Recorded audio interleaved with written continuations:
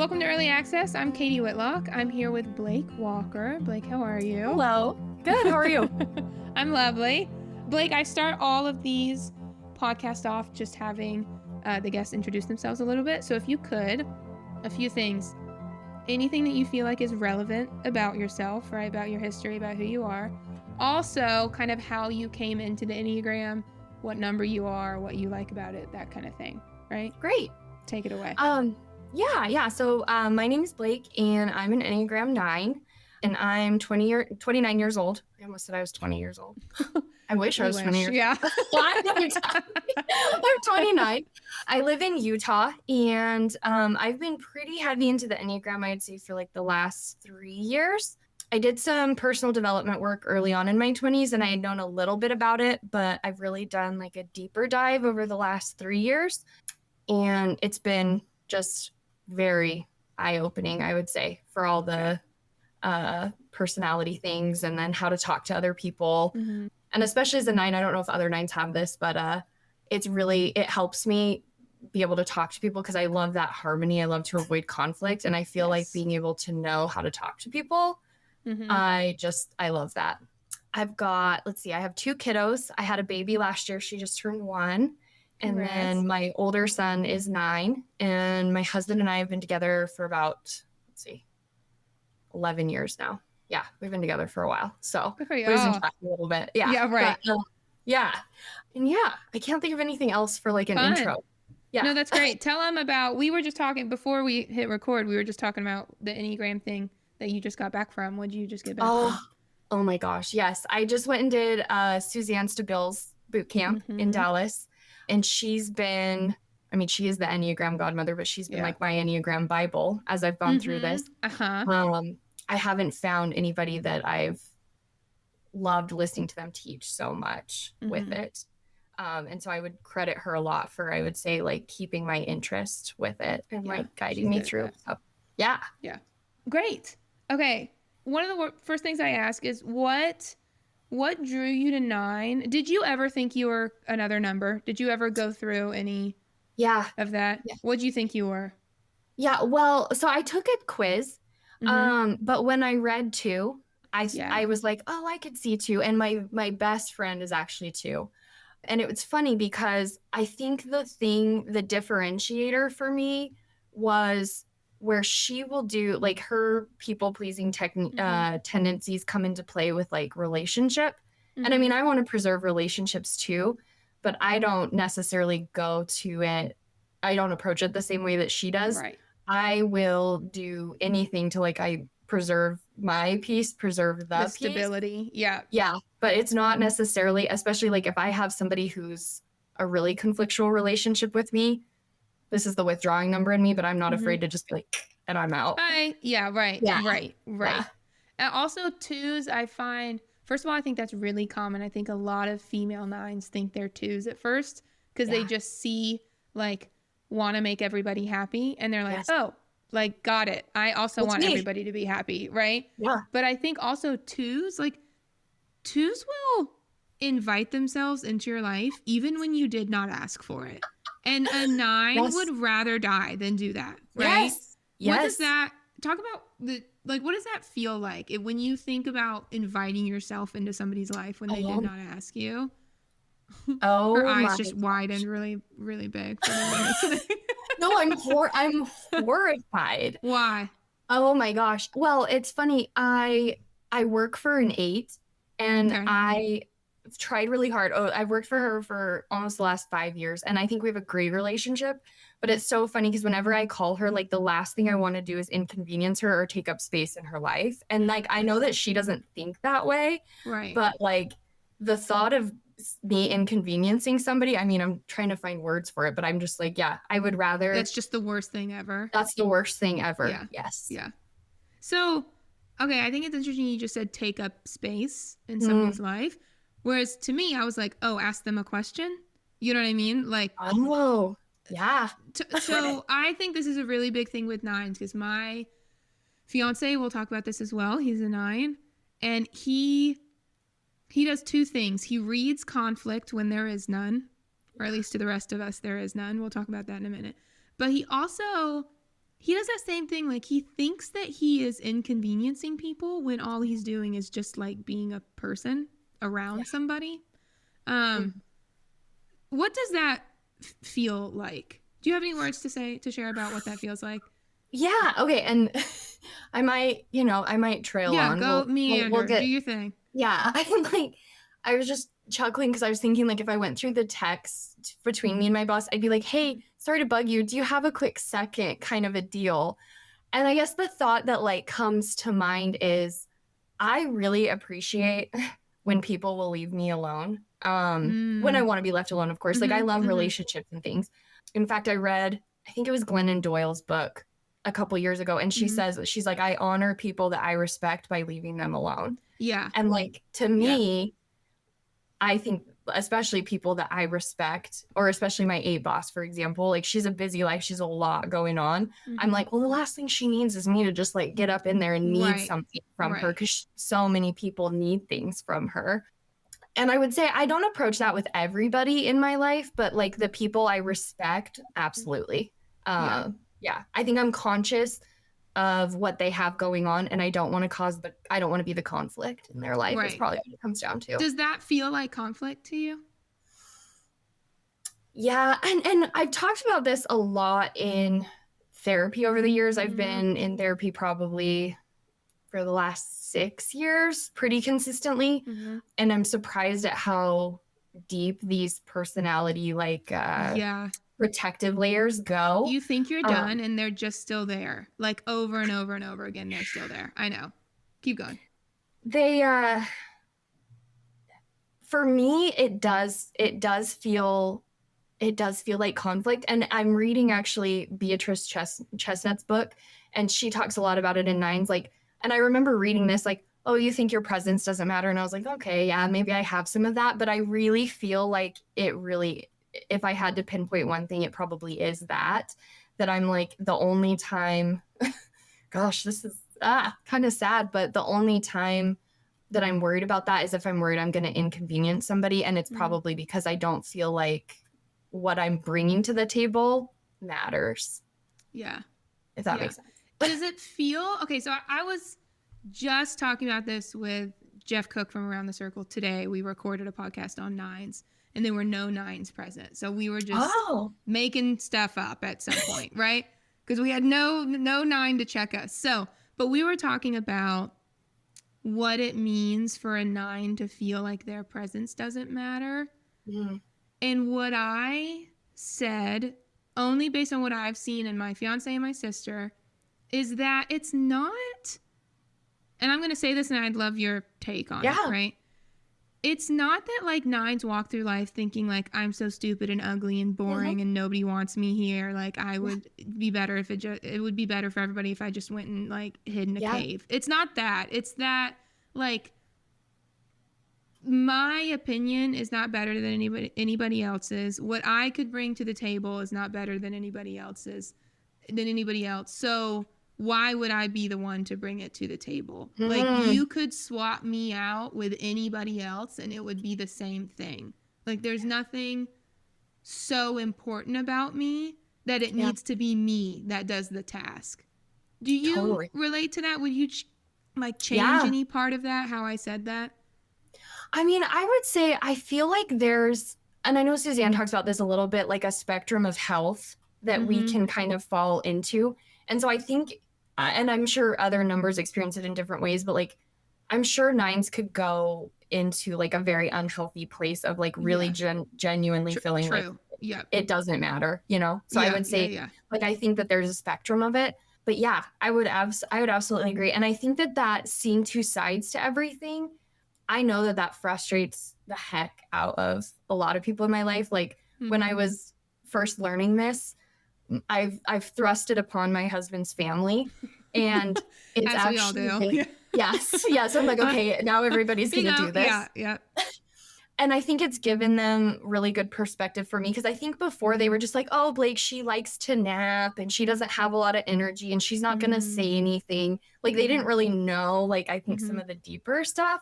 Yeah. But when we were all like, I had them read my number and then we read all their numbers, and we were talking about the two sides to everything. And I was like, no, like even if I want to only see one side, I was like, I can't, I have to see both. And I think that that makes it really difficult to like make a choice or stand firm. And so to tie in like the presence doesn't matter thing, like I think when I think of like strength and determination and discipline and all those things, it's like very like black and white, clear cut. And so since nines can kind of drift on the fence, fall asleep, all the things that nines do, I feel like that all attributes to what you were saying, where it's just like you could swap anybody in or out and it would have value. And it's not necessarily I would provide better value, if that makes sense. Right. Yes, that absolutely makes sense. So the seeing two sides to everything, because I think some people hear that when they're new to the Enneagram and they're like, oh, I see sides to everything. Yeah. But what does it mean when you say I see two sides to everything? Because it's like you care about all sides, right? It's not just that you see it. Like, when I'm a 3, your husband's a 3. Yeah. When we are arguing with somebody, I get your point, but I think it's stupid, so I don't care, right? Yeah. Which is not what you or my fiance does. So talk about what it feels like to like truly care and understand both sides of a conflict. So I would say like, this was funny. I live in Utah, but I drove to Colorado today, which is only like about 2 hours away from where I live. Drove to Colorado today because my favorite therapist ever is in Colorado and she can only see me if I'm in Colorado. So I commute to see her. But I was in my car and I was like driving, and my husband and I are going through a lot of like life changes, a lot of life stuff at the moment. And it's brought out so many like what I would call conflictual feelings for myself. And I felt so angry about it, but I won't let myself stay angry for very long because I'm harmonizing and I'm seeing the other sides. And I'm like, I don't really have a reason to be angry because I can see this side and this side. And like, because those two things exist, like it's very easy to invalidate my own feelings, which I think is then contributes to like not being able to make a decision or not being able to stand firm in one thing because I'm like, well, it's not really this. Like my word for the year is nuance. I love nuance this year. I'm like, everything's nuanced. Is that your word of the year because you need help remembering, or because you just like already have it? Like I think nines already know that there's nuance everywhere, right? I think I need help. Yeah, like remembering because, and even Suzanne talked a little bit about this at boot camp. Like, even though I see two sides to everything, I'm trying to force myself to be very black and white. I think naturally she says that gut types do that a lot. Yeah, for sure.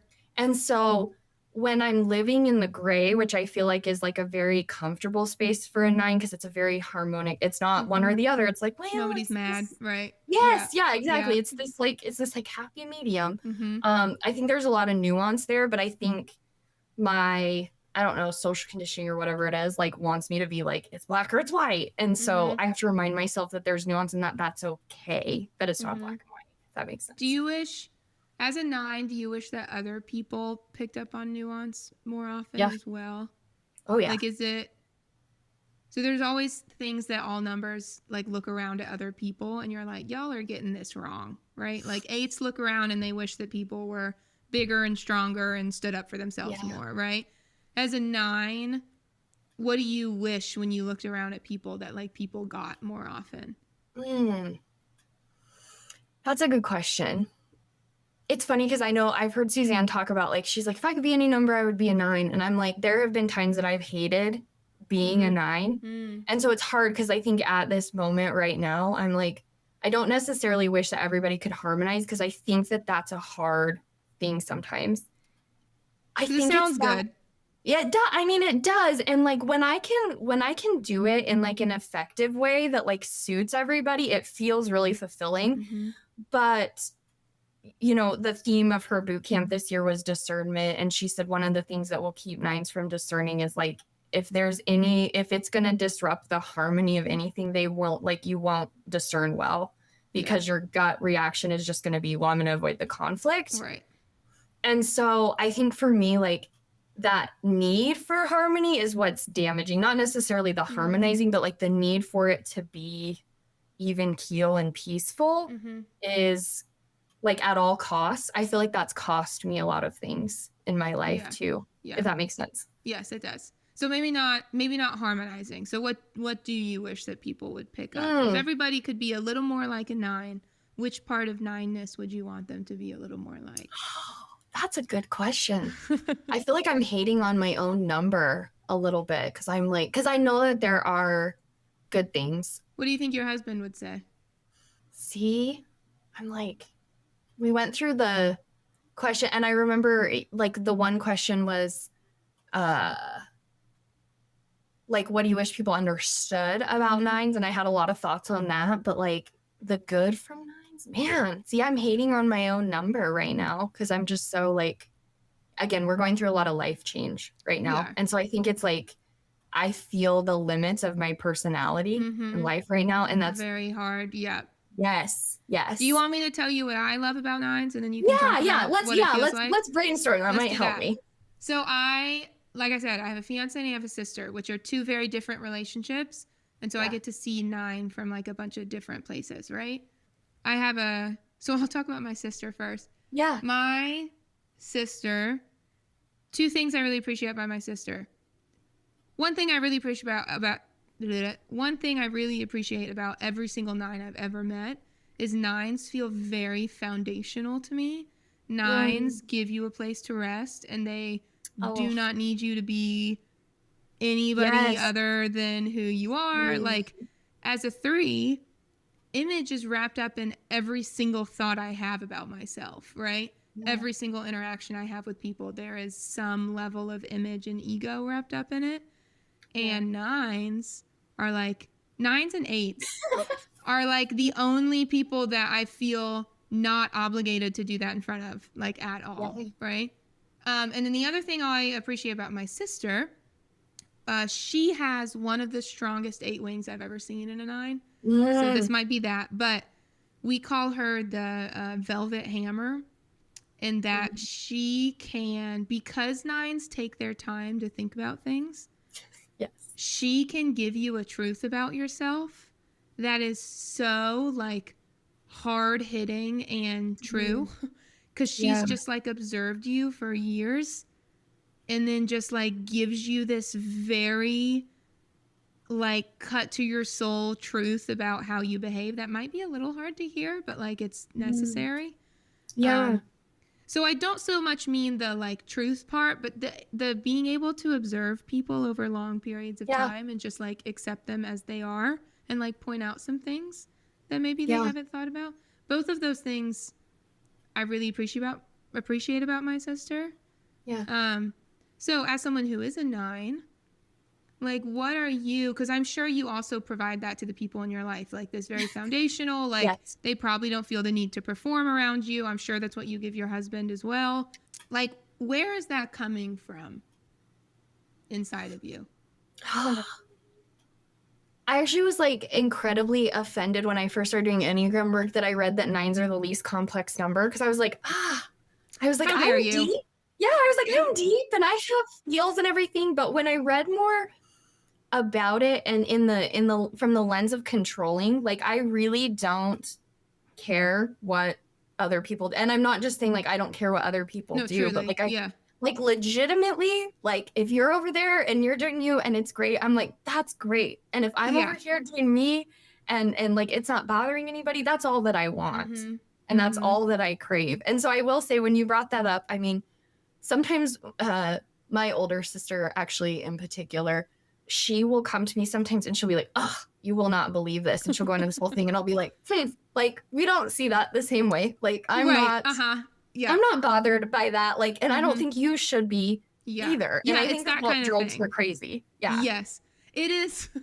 Because my sister is younger sister as well. And like, I doubt she does that with very many other people in her life. I do feel blessed that like she is, because, you know, she hates conflict. It's not like she'd walk up to her boss and be like, hey, I think you're doing this thing wrong. But I've known her since the day she was born. So lucky me, she'll just tell me when I'm wrong whenever. That is what it is. It's a very like bringing you back down to earth and being like, I don't think that's as big of a problem as you think it is. As you think it is. Yes. And guess what? Yes. You nines are probably right. It's probably not that big of a deal. Well, and I think that it's hard because I actually, my sister, one of my sister-in-laws is a 4, and I haven't delved into 4 too much, but like and I don't want this to come off negative, but like she'll tell me sometimes like some of the, like the way that she feels about things or the way that she views things. 4s not necessarily self-focused. I say that neutrally, but they are focused on self. Yeah. Yeah. Yeah. And then the way that some other numbers, I guess, see other people and like what other people can do for them. Like when I tell you that I don't ever think of like what somebody's going to do for me, like even to the detriment. Even like your husband? No. Like, no. And I think that actually is like a growth path in our relationship that's being uncovered with this work that I'm doing right now. Is like he has a lot of goals and he has a lot that he's doing right now at the moment. And he wants me to have my life be just as fulfilling and just as full. But I'm just like, like I kind of just make you feel fulfilled and full. Hell no. Like that's what I would wonder, right? Is like us 3s. I mean, well, no, everybody does this. Everybody is like, I want my life to look this way. Obviously, you also want yours to look this way because this is just a human thing that we all feel, right? Which is not true. Like that's what the Enneagram teaches us, is that we really all do want different things. So he can say, I want you to be fulfilled and have your life be full, but a 9's version of that is going to be so different from a 3's version of that. So what would make your life feel fulfilled and full? Is it already? Like what would you, I don't know. Yeah, no. That's a great question. I mean, I think, I think that's where like some of the transition in our life is right now, is because like we have our children and we have each other. And that sometimes I think sometimes people get there and then they're like, well, what now? Oh, yeah, right. Yeah, like that's great. And I would say that like I think that we're in that boat. I'm definitely not somebody that wants a ton of goals because that feels like pressure to me. But at the same time, I think the detriment of my number is the energy level is real. And so sometimes I will keep status quo for a really long time and not even realize that I'm missing out on something that I want to do because I just haven't spent time. Like, what do I want? What do I want to do? Right.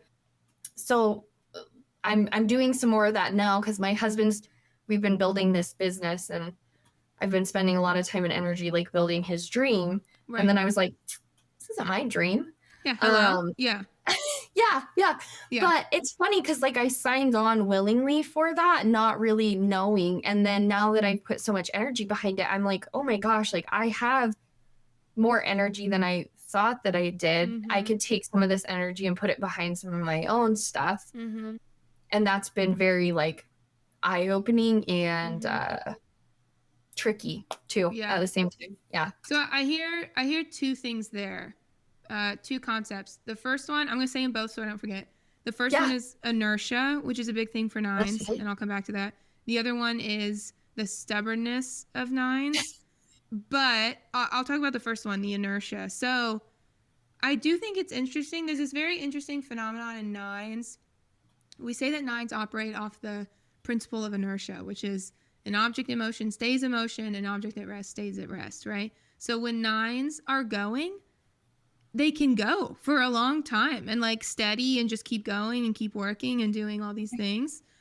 But once they're stopped, it's very hard to start again, right? So it is interesting. I wonder if I bet a lot of other 9s would relate to I didn't know I had this much energy until I not was forced to, but like was forced to have it. But now I'm here, like this is great. Right? Yeah. Like I might as well. Yeah. And that was like, I think one of the beautiful realizations I had like at boot camp was I was like, oh my gosh, like I've worked harder on my husband's dream than I've ever worked on any of my own dreams. Cause I think anytime I've had a dream, if I hit a roadblock, I'm kind of like, whatever. And that's actually very like sad in a way. I think, especially now being an adult, I'm like, well, I don't want to just get to the end of my life and never having really, really pursued something with my all. Mm-hmm. Yes. Yeah, it does. I also hear, so I'll go back to anger in a minute, but there's another big thing that I like to talk about with nines, which is purpose. Mm-hmm. And I think a lot of people think about purpose, but I think nines think about purpose and they want purpose in their life because they feel like they don't have one on their own, right? Like it's hard to. You're nodding. Talk about what you're thinking. Okay, I don't want to take us down too many rabbit holes because I feel like I love it. It's fine. Okay, it's fine. Okay, I know that I'm like energetically attracted to aggressive numbers because I know that I intuitively lack that, and I didn't. Yes. It was. I mean, when I was in high school, I had like this English teacher who was just so dynamic, and I was like, hang out with you all the time. All the time. I want to be your best friend. And then that's pattern I think has like followed me and then probably speaks to like my choice in a spouse, my choice in an employer right now. Right. And I think that it really is that intuitive lack. Like it's really hard for me to see things in myself. But if I have somebody who's like aggressive come alongside me and be like, hey, like here's all your strengths. I have a vision. Yeah. Let's go. Yeah. And I'm like, okay, let's go. Right. Yeah. And so I think it's really empowering in that way of helping me discover things that I don't know. I mean, I don't know that I would have had without that. Like, I'm not a dependent number. I wrestled with this a little bit at boot camp. I'm not a dependent number. I'm a withdrawing number for sure. Yes. But I feel dependent in that way, if that makes sense. I think it speaks to, I think it's very core nine. Like, it's not like nines want to do nothing your entire life. It's not like you want to just float through life and have nothing ever happen to you and like just do things for other people your entire life. It's that I think the core of nine is like you just don't know how to do it. Yes. You just feel, maybe you can give me a word here, but like just floating, or you feel lost, or you feel disoriented. I don't know what word you would put there. Like, I know I want to go somewhere. I just don't know where or how, or what would you say? And I don't know if this would be the same for all nines or that, but this has been very much my experience. Like, I've questioned myself. I'm like, do I have, and I would use the word strength, but like, I think that comes from, because I know how I feel when I'm depleted. And when I'm depleted, like that's a real thing. What does it feel like when you're depleted? Like I can't keep going even if I want it, like even if I wanted to. And it's hard when I get to that point because I will cause conflict when I get to that point, and then I hate that too. But I'm like, nope, like your tank is empty. And I think I'm a very not fun. I think that's probably the passive aggression and the stubbornness comes out. I was just about to say, you are in the anger triad. Like it will come out at some point, right? And so so I would call it strength, but I think it's directly tied to the energy. I've questioned myself. I'm like, do I have the strength to like put the energy behind this dream to really like push the boulder up the hill? Because to me, every dream that I've ever had does feel like a boulder, and it does feel like I need to push it up the hill. It doesn't, it's never felt like it's like easy breezy, which is kind of what I like. So. Right. And that's what so like the 3 in me, right, is like, well, right. Yes, you do need to put the rock. You need to push the rock up the hill, right? But I think that's really important is like for some numbers, we're like, yeah, and here we go.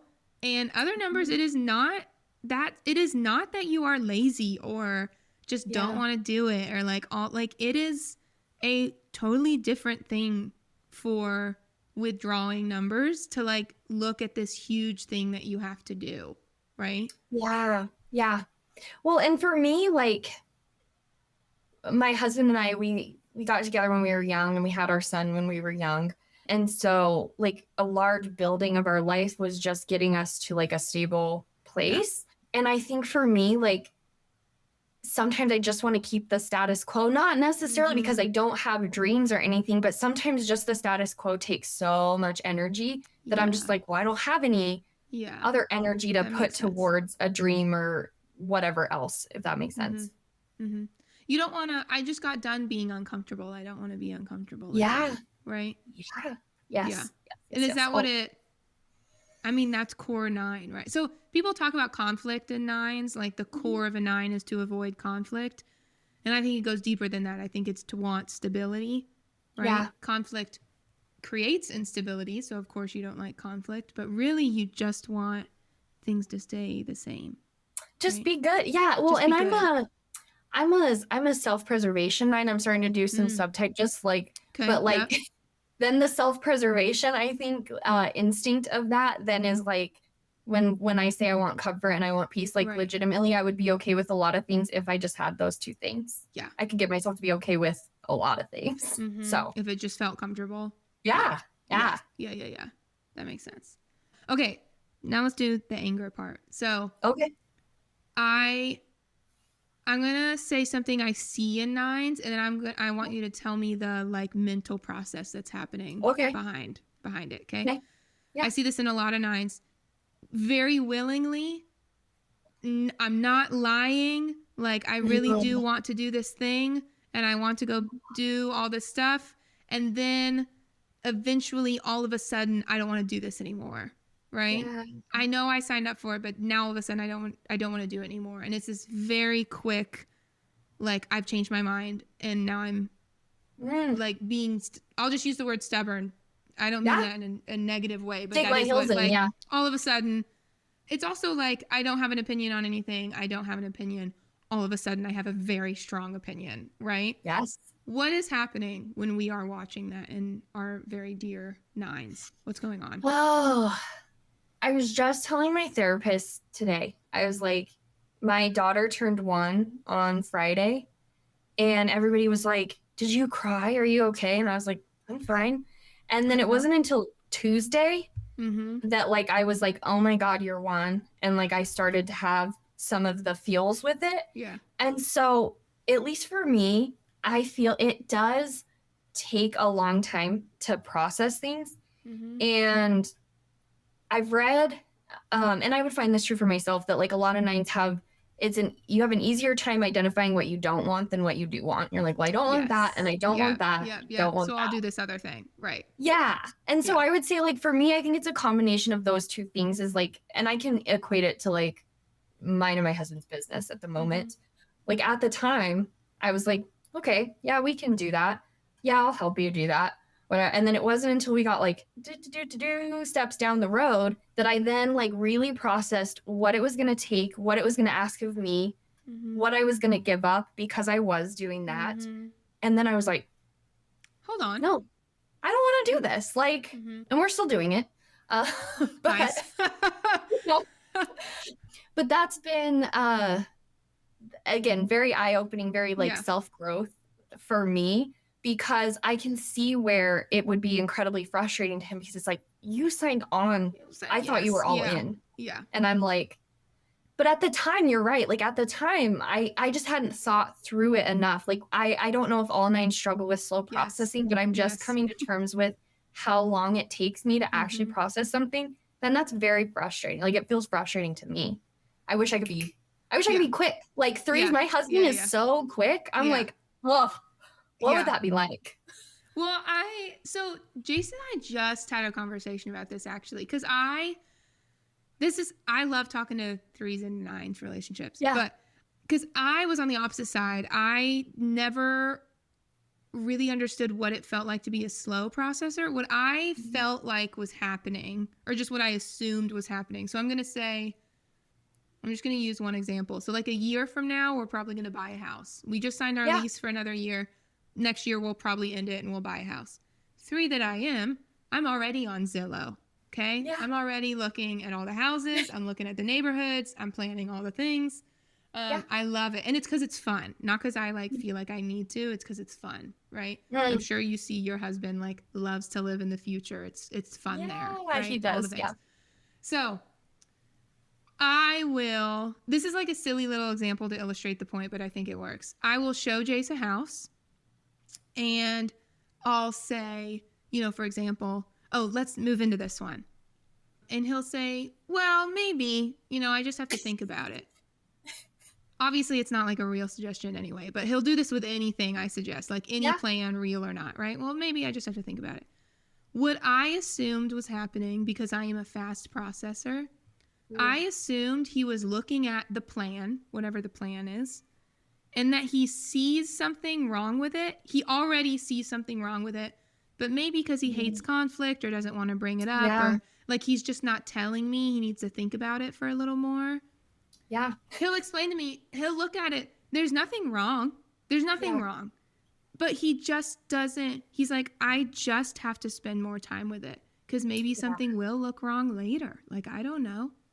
Yeah. And to me, nothing looks wrong right now, so I'm moving ahead. You're like, I'm ready. If later down the road, I'll be like, oh shit, like, I should have spent more time with that. There is something wrong. But if there's not something immediately wrong with the plan, I'm moving forward. Yes. I think that's what fast processing is. It's not being smarter, right? It's just how comfortable you are signing off on something, and like how much thinking you have to do before you're comfortable signing off on something. I like the way you describe that, because I see it in like in social situations. My husband can be like the quick quip stuff. I'm like, oh, God did not make me to be funny and quick. Like, I wish he did, because that would be really fun. But that was not my like place in the earth. But that's really interesting, like the decisions piece. I like that, because I will say, I don't think I've given myself, nor did I have enough self-knowledge, I think, to know that I needed more time and space to make a big decision. But after this business thing, I thought about it when I got in the car. I said, I will never, and since I'm a 9, I know that I mean it, I will never sign off on a big decision quick ever again. Because that was how quick we decided to pull the chute on this idea. Like, he was ready to go, and I was like, okay. Right. And I just, like, for me, it just doesn't, and again, I'm using it as like an opportunity for growth. Like, I really am like laughing about it. I think it's taught me a lot. It's given me a lot of opportunity, but like, I will not do that again because of how uncomfortable it's been for me.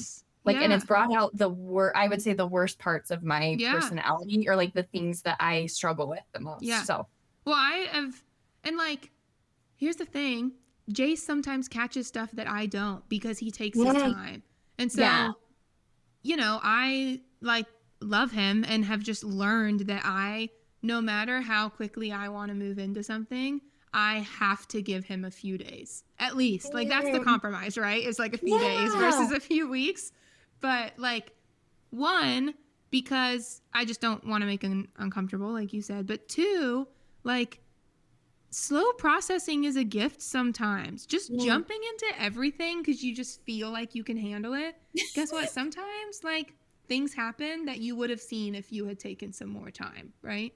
Yeah. So it is a gift sometimes, I think, to like be naturally suited to taking your time. Yeah. Because then you don't waste money. I mean, maybe you waste time, but that's fine. Like, you don't waste money. You don't waste like resources, all these things. You know, I think it's very countercultural though, to the way that we're like, and I think that that's what I felt myself kind of like fighting against as we've, you know, tried to build our life, and I've tried to like envision what I want. Like, I think I've subscribed to that a lot of like, I need to be faster and I need to do more. Right. And it's not until like now that I'm like, okay, well, I don't necessarily need to be faster, because it's not always better. And I don't even necessarily need to do more. I just need to be like, do more of like what is really true to me. Yes. But I don't know that I would have gotten there without some of this stuff that I feel like's happened. Like, it's all been very organic, very interesting how it's come about. So. Do you think, so now, you know, we've said the pros of slow processing, but being a slow processor, do you think there is value in, like, I tell 9s that they need someone to hold their feet to the fire sometimes. Like, you just have to go. You have to stop thinking about it. You just have to go. Do you think there is, like, is that what your husband does for you as well? And he's always, but like, and I think when I was talking earlier about him, like, he's got his goals and then he's wanting to encourage me to do mine.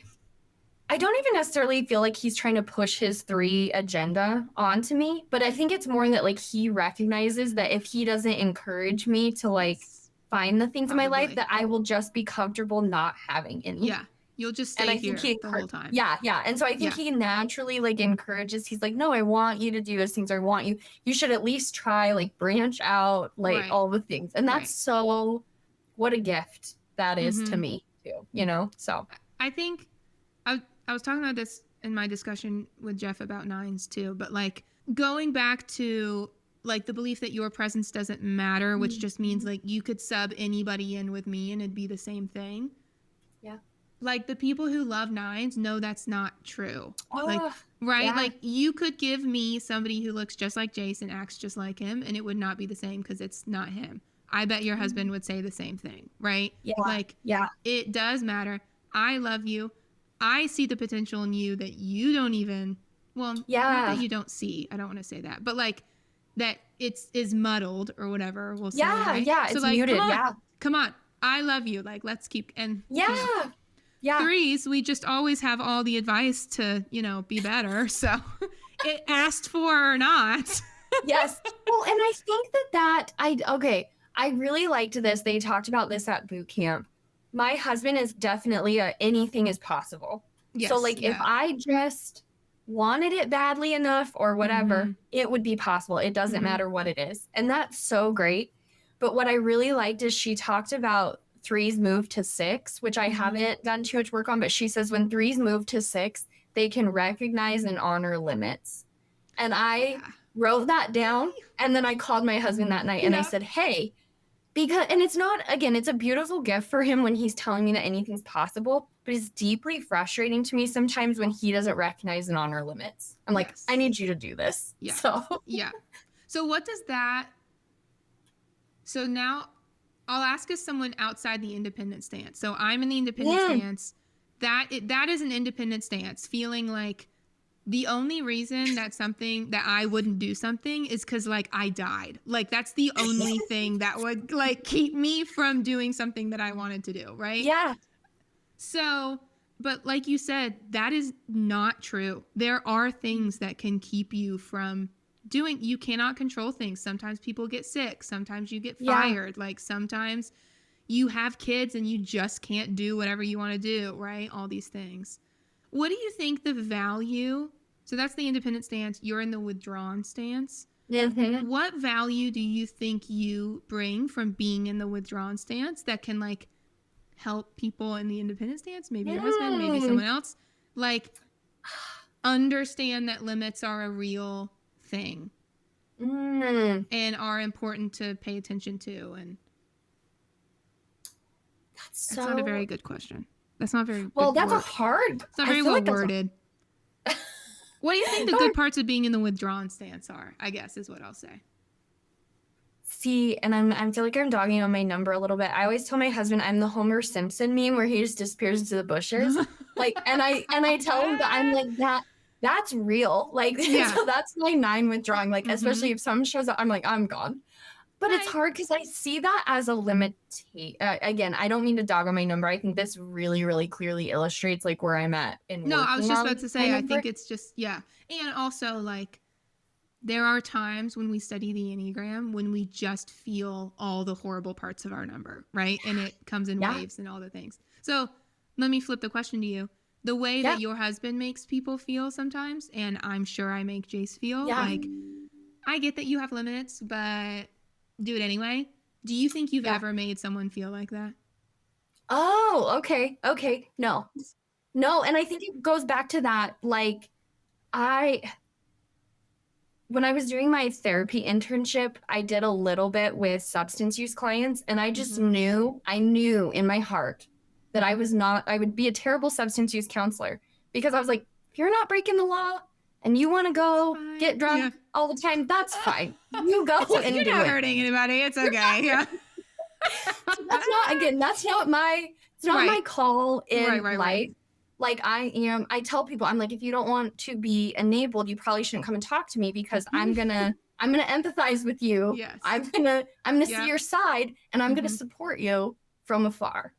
Like, and I agree with you. Like, I do think there is like, I think I can be more validating in times because I recognize the limit because I feel the limit myself. Whereas my husband, I don't think he means to be invalidating because he just genuinely doesn't see the limit for himself. We steamroll people. That's what we do. Yeah. A 9 has never steamrolled anybody in their entire life. That's the good thing about 9s, right? Yeah. Yeah. Like I think you probably make people feel understood in a way that we do not. I think. Yeah. Well, I did feel that like I'd forgotten the harmony piece, like, because the 9 is called the peacemaker often, you know? Right. I had forgotten the harmony piece. And I do think I discounted that a little when we first were talking, like, because I see it, like, hurting me sometimes. Yeah. But, like, I do, like, when I feel it, like, in a genuine, like, healthy way, I'm like, oh, angels sing. I'm like, oh, yes, I'm so healthy. I'm so good. I'm going to help these people. Like, this is great. Yes. Yep. And I think I'm fortunate to have a few 9s in my life. And so I feel like I probably discount that more than I should. Outside perspective helps with that. Right. I understand. Well, and I actually think this is a great example of 9s are not often thinking about how their presence matters. So then when you get on a podcast and someone in a 3 is like demanding that you answer how you think your presence matters, like that's going to be a hard question to answer, right? Like that's going to be a hard question to answer. So it's so good. Thank you for being, for going along with all the lines of questioning. Okay. So you mentioned you want to go into therapy. Did you say you are getting your master's? Yeah, I have 1 semester left of my master's degree. Yeah, before I'll be done. So you said that you are not going to be a substance abuse counselor. What do you want to do? What do you feel called towards?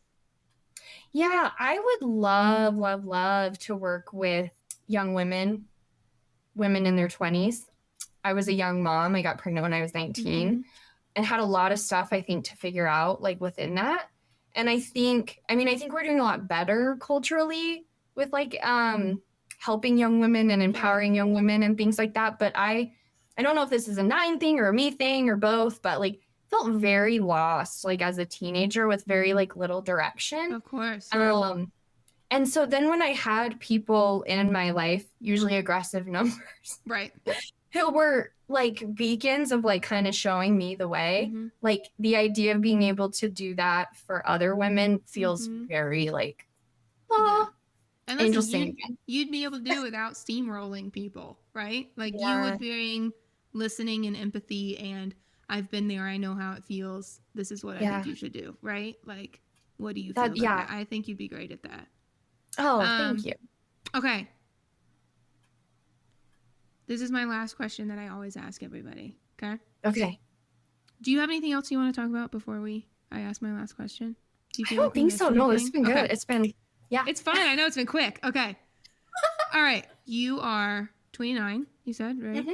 Okay, go back 10 years. You're 19. Actually, so you would be pregnant, right? Or having a child. So you're 19. What would you tell her? Oh, I frequently go back and listen to, there's this piece of, I don't know if you've read any Glennon Doyle, but I loved her book Untamed. That's how I found Suzanne, actually. Okay. And she has this chapter that she wrote actually to like her ex-husband. And she's like, she tells him, she's like, I hope the rest of your life is your idea. She's like, because you have good ideas. Oh. Yeah, that's good. Yeah. That's good. Because you do have good ideas. Here's the thing.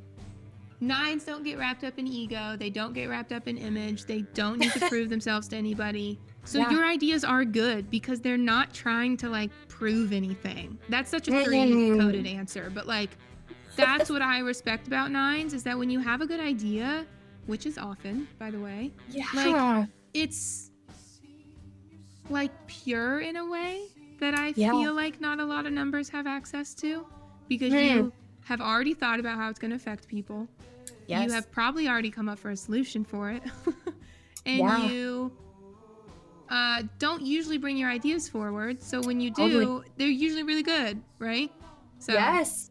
No, and it's nice to hear that from another. And I think my husband is like always like, he just will like dog's ears perk up if I'm like, hey, I've been thinking about this. I have an opinion. Yeah. Huh? Yeah. Like sit down and he's like, awesome. Okay, what is Right. That's funny. I do the same thing. Yeah. That's funny to Jace. Great. Well, Blake, this has been lovely. Thank you for being here.